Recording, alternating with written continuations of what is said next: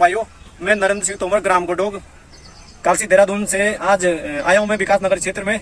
अपने यहाँ के गुड्डू भाई कुआंसी बिजनू से हैं और विकास नगर आके ये भाई प्राइवेट नौकरी ना करके, औरों के लिए 12 घंटे 14 घंटे काम ना करके अपने लिए 6-7 घंटे काम करके अच्छा मुनाफा कमा रहे हैं और ये टमाटर की खेती लगा रहे हैं।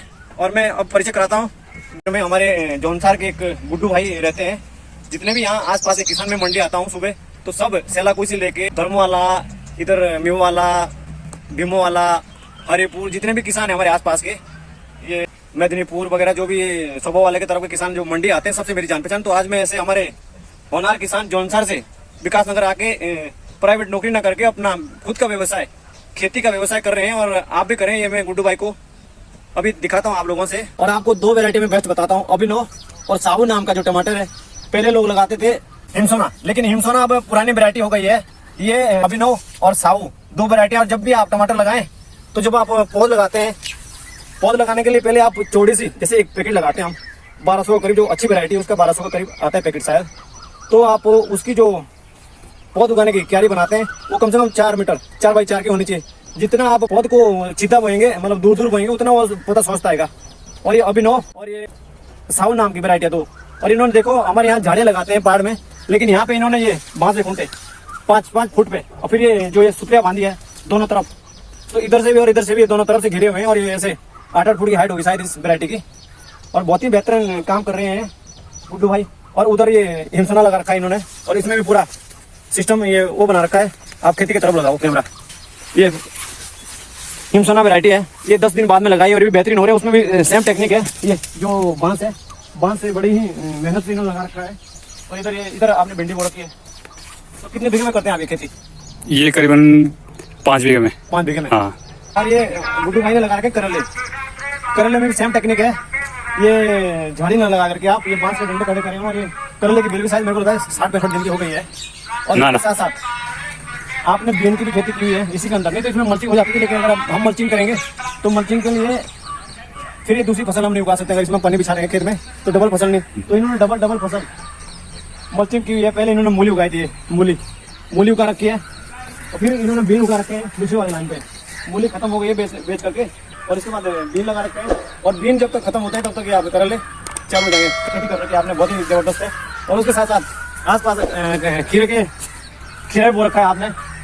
खीरा भी देखो कितना बेहतरीन हो रहा है। थोड़ा इसमें पहले इन्होंने मूली उगाई थी और साथ साथ इन्होंने ये खीरा भी उगा रखा है, बहुत ही बेहतरीन है। और उधर भिंडी है ना, वही भिंडी, उधर भिंडी है, खीरा ज्यादा वहाँ है भिंडी में, उधर भी है। हाँ। तो बहुत ही अच्छा सिस्टम कर रखा। तो आप, मैं युवाओं से, जौनसार के जो युवा है और सेला कोई विकास नगर में किसी और के लिए काम करके 12 घंटे फिर परेशान होकर के आप आते हैं रातों रात, ना धूप दिखाई देता है ना दिन दिखाई देता है, तो ऐसे काम भी क्या करना है, 12 घंटे काम करके फिर आपको 12,000 मिले। गुड्डू भाई कम से कम 2,000 पर डे, 2-2.5-3 हज़ार रुपये पर डे कमाते हैं आप। तो ऐसे काम होना चाहिए, 60-70 हज़ार कमाना। लेकिन यहाँ आकर के जौनसार से लड़के आकर के और अपने घर वाले इधर ला करके सिर्फ 12 घंटे किसी के लिए काम करें, फिर 12-15 हज़ार रुपये मिलते हैं आपको। कोई फायदा नहीं है। किसी का और काम करके आप कभी सक्सेस नहीं हो सकते हैं। खुद का काम करो। कितने साल से रह रहे हैं आप यहाँ पे? मुझे यहाँ होगी 17-18 साल। 17-18 साल से गुड्डू भाई अपने, मतलब ये काम जोड़ रखा मैंने जौनसार से आकर के खेती का काम करते हैं 12-13 सालों से। बहुत ही जबरदस्त है। और मैं सभी किसानों से यही विनती करना चाहूंगा कि आप भी गुड्डू भाई की तरह विकास नगर आए, तो कम से कम भूमिहीन किसानों को मैं सीख दूंगा, जिसके पास भूमि नहीं है। इन्होंने ठेके में जमीन ले रखी है, और ठेके में जमीन ले करके फिर आपने इतनी बढ़िया खेती कर रखी है, बहुत ही काबिल तारीफ है। और मैं सभी किसानों से यही आग्रह करूंगा कि आप भी गाँव में रह करके भी किसी की जमीन आप ठेके पे लेकर के उनको जितना अनाज वहाँ अवेलेबल होता है उसमें उपज होती है उतना दे करके आप सब्जी की खेती करें, और बहुत ही अच्छा मुनाफा कमा सकते हैं आप। और जैसे हमने टमाटर की बात करी, तो टमाटर में दवाई महत्वपूर्ण है। सबसे दवाई कौन सी लगानी है? आप दुकानदार के यहाँ जाते हैं, आप जब पता नहीं होता आपको, तो दुकानदार गलत दवाई देते हैं जो बिकती नहीं दुकानों में, वो वाली दवाई आपको पकड़ाते हैं। फिर आपकी फसल खराब हो, कुछ भी हो, उनको कोई लेना देना नहीं उससे। चाहे आपके स्वास्थ्य की बात हो, सबसे पहले तो हमारा जो किसानों का शरीर है स्वस्थ होना चाहिए।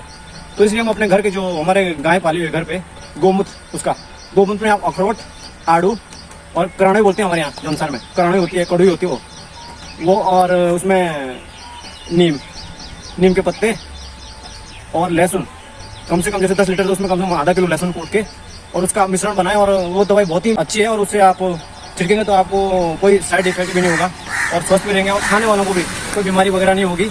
और उसके साथ साथ आप M45 M45 होता है ना, वो डाइथेन जिसको बोलते हैं, M45 और बेवरेस्टिन कार्बेंडाजिम बोलते हैं उसको। उसको आप जड़ों में छिड़कें, जो जड़ की बीमारियां भी होती है उसमें। और खाद आप DAP जो होती है ना, DAP सबसे घातक है फसल के लिए। DAP आप बिल्कुल ना डालें, DAP की जगह आप सिंगल सुपर फास्फेट डालें और उसमें थोड़ा हल्का सा पोटास और जैसे फास्फोरस। फिर आप मिट्टी की जांच भी कराएं, मिट्टी की जांच में पता चलेगा आपके जमीन में कौन से पोषक तत्वों में कमियां, उसकी पूर्ति के लिए जब आप जो हमारे एक्सपर्ट होते हैं, वैज्ञानिक होते हैं उसमें लैबों में बैठे हुए, वो आपको सलाह देंगे कि ये वाली पदार्थों की इसमें कमी है जमीन में। और जो ये लगा रखा है नेपियर घास भी लगा रखा है भाई ने, अपने गुड्डू भाई ने जौनसर से। और हर महीने 3 बार कटाई होती है इसकी, एक बार लगाना और 5 साल के लिए फसल है। तो किसान भाई पशुपालन करते हैं उनके लिए बहुत ही बेहतरीन घास है। कहीं जंगल नहीं जाना आपने, अगर 10-15 या 1 बीघा लगा दिया आपने तो कोई दिक्कत नहीं, 2 पशु आप आराम से सकते हैं, थोड़ा सा भूसा रख के। और ये नेपियर घास लगा सकते हैं आप, और गुड्डू भाई से संपर्क कर सकते हैं, आपको उपलब्ध कराएंगे इसकी पौध। बाकी दवाई आप ज़्यादा खुद ही बनाएं, जैविक के ऊपर आप थोड़ा ध्यान दें। नमस्कार।